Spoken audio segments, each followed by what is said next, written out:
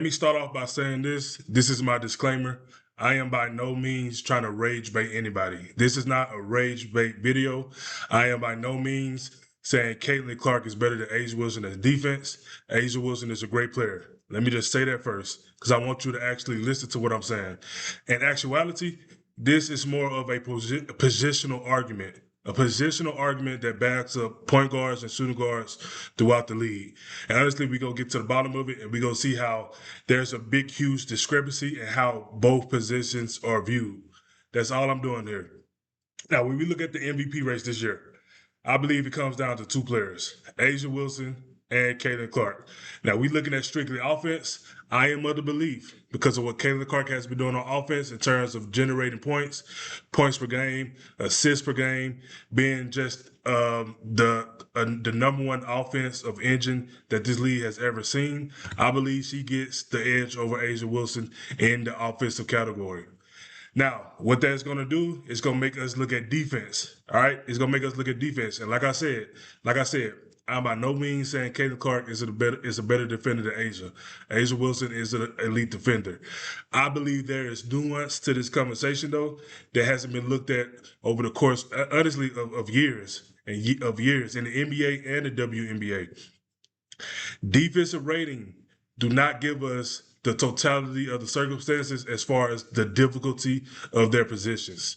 A'ja Wilson and Caitlin Clark fundamentally have two different defensive jobs. And like I say, insert your favorite guard, because this fits them too. This really is a positional argument. Caitlin Clark is my favorite player. I believe she has a shot at the MVP, so obviously I'm using her. But they have two different jobs defensively. Historically, we know that exterior defense is much harder to be elite or good at than interior defense. Now, I didn't say importance. Historically, I believe interior defense has been more important, primarily because of rim protection. Obviously, the closer someone gets to the rim, the easier the shot get. So I'm not saying exterior defense is more important than interior defense. What I'm saying, historically, exterior defense, perimeter defense, has been looked at and deemed more harder to be good at than interior defense. And that's for a number of reasons. You have things like space, screens, up threes, crossover and dribble drives, change of direction, pick and rolls, dribble handoff, rescreens. There's a lot of different things that exterior defenders have to deal with that interior defenders do not have to deal with. And I want to get to my main point here shortly, but first let's go look at some history. Now, I believe this tells you a lot. This is the last 20 years MVPs, and you will notice that there is only one guard in the history, not in the history, but in the last 20 years that has won the MVP. And I believe that's for multiple reasons. Because when we compare guards and when we compare bigs, it normally always comes down, not always, but it normally comes down to what they do on defense. And historically, like I say, it's just easier for a big to have the edge in the defensive category. It's a much easier, and listen to what I'm saying.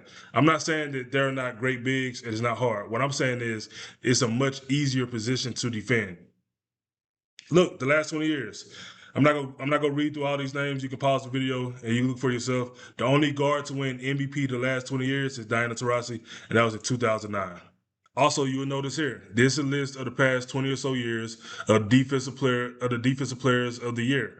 And you also notice there's only one guard in this whole list in the past 20 years that has won Defensive Player of the Year. And that was Alana back in 2017 and 2018. Being a good perimeter defender is just harder. It's just harder. And I think the last 20 or so years gives you a history of that, a testament of that. It's harder to guard out in space. And this is one of the most important stats or things I want you to consider when I'm presenting this argument. Now, I know I'm blocking some of the numbers, but the only number I want you to be paying attention to is the defensive rating, which is in the purple. Now, you would notice here that in the top 10 defensive rating players in the league, there's no guards. There's absolutely no guards. And think about how many good defenders we have in this league that are guards. Jackie Young, Ron Howard. You got a lot of good guards, and none of them are in the top 10. In actuality, you only have one in the top 15, right? Ron Howard is 16. The only guard in the top 15 as far as defensive rating is Charles for Golden State. Now that should tell you something, right? We have a lot of good perimeter guards, but none of them are in the top really 15 besides Charles in defensive rating. That should give you kind of that should make you kind of think of what the guards in the WNBA have to go through on a night-to-night basis as far as the talent that they are defending. And let me tell you this is another I think really good point to bring out. When it comes to the top 15 players in points per game, notice how many guards are in the top 15. 11 out the top 15 are guards. 8 out the top 10 are guards. Now, we've seen the top 15 players with defensive rating. Now, look at the top 15 players in offense and the points that they generate. So we go from a list of nothing but bigs to on offense, a list of nothing but guards. And why is that important?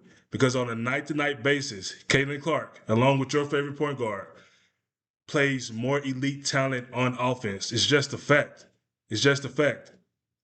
On a night-to-night basis, the guards in this league, whether your favorite players are Olivia Miles, Paige Beckers, Kelsey Mitchell, Cooper, whoever it may be, Gray, Young, they play more elite talent on a night-to-night basis than the bigs. I think that should be taken into consideration when we're looking at defensive stats, especially when you're comparing a big to a guard. I think that's very important. You see the list of the top 20, the last 20 MVPs, only one guard in the last 20 years. You see a list of the top, you see a list of the last defensive players of the year, only one guard in the past 20 years. In the defensive rating, the top 15 players is only one guard. The rest are forwards or centers. But when you go to the offense in terms of points per game, the list is full of guards. That tells you that on a night-to-night basis, the reason maybe the point guard and guards numbers are down defensively because they are playing elite talent on a night-to-night basis. That should be taken into consideration. That is a part of the nuance that these voters have to look at. Now, this is just a little chart I wanted to show because I don't want to hear the argument that Clark isn't assigned to the top offensive player. We seen Clark last night. If you watched the game last night versus Atlanta, Indiana Fever versus Atlanta, you seen Caitlin Clark defending Alicia Gray and Ryan Howard majority of the game. You know why? Because there are screens.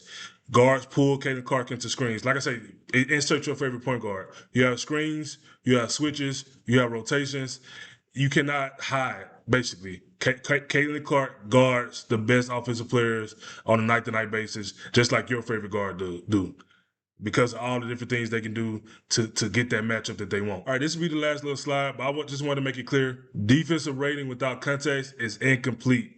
A guard and a generational defensive big are performing different jobs, right? You have the role primary perimeter containment versus rim protection, on ball versus off ball responsibilities, the environment, the opponent quality, the positional depth, the scheme, the teammates, and most importantly, the metric. Defensive ratings tell you what happened. It doesn't fully explain the degree of difficulty. Now, I believe this league has become guard heavy. There's elite guards in this league.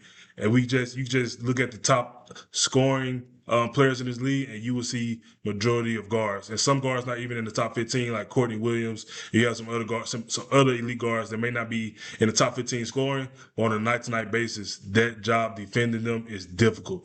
It's very difficult.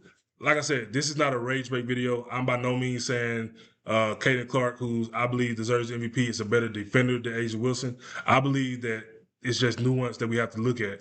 Whether your favorite guard is Miles, Beckers, this argument fits for them too. The guards in this league on a night-to-night basis has to play much more elite talent than the bigs in this league do. And that's just the way the league is set up right now.